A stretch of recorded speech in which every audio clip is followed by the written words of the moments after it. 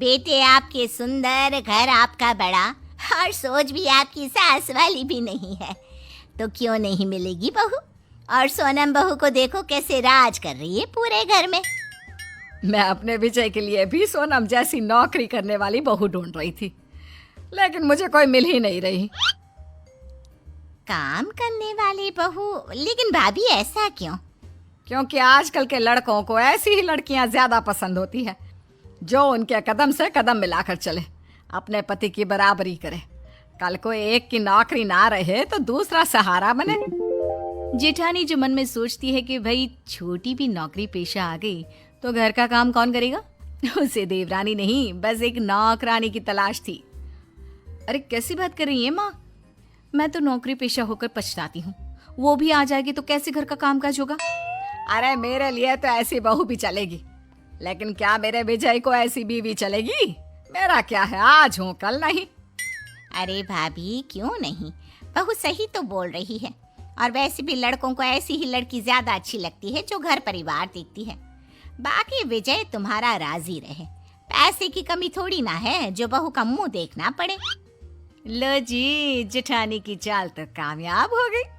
वो समझ जाती है कि अब तो उसका ही राज चलेगा, क्योंकि जैसा वो चाह रही है वैसा ही हो रहा है।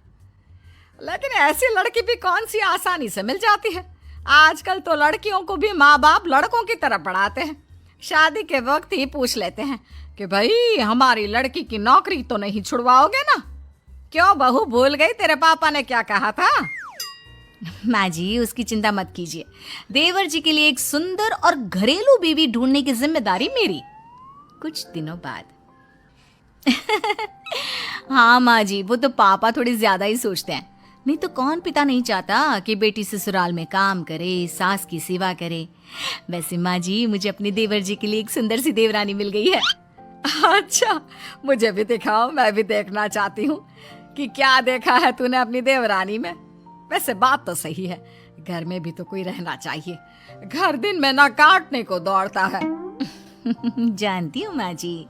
देखिए ये है रूपाली, ये एक छोटे से गांव से है, बहुत ही सुंदर सुशील है, एकदम घरेलू टाइप। अरे मैंने तो सुना है कि पूरा मोहल्ला उस लड़की के गुणों की तारीफ करते नहीं थकता। अरे शादी हो गई ना देवर जी की तो राज करेंगे इसके साथ। हाँ। जेठानी सास को फोटो पकड़ा देती है। फोटो देखकर हाँ, सुंदर तो बहुत है, बाकी मिलकर ही पता लगेगा कि क्या करती है, कैसी है। और फिर विजय को भी तो पसंद होनी चाहिए ना। तो माँ जी आप कहे तो कल ही इनके घर चलते हैं, लड़की को भी देख ले और विजय भैया भी बात कर ले, और विजय भैया को मैं बता दूं। हाँ हाँ, क्यों नहीं।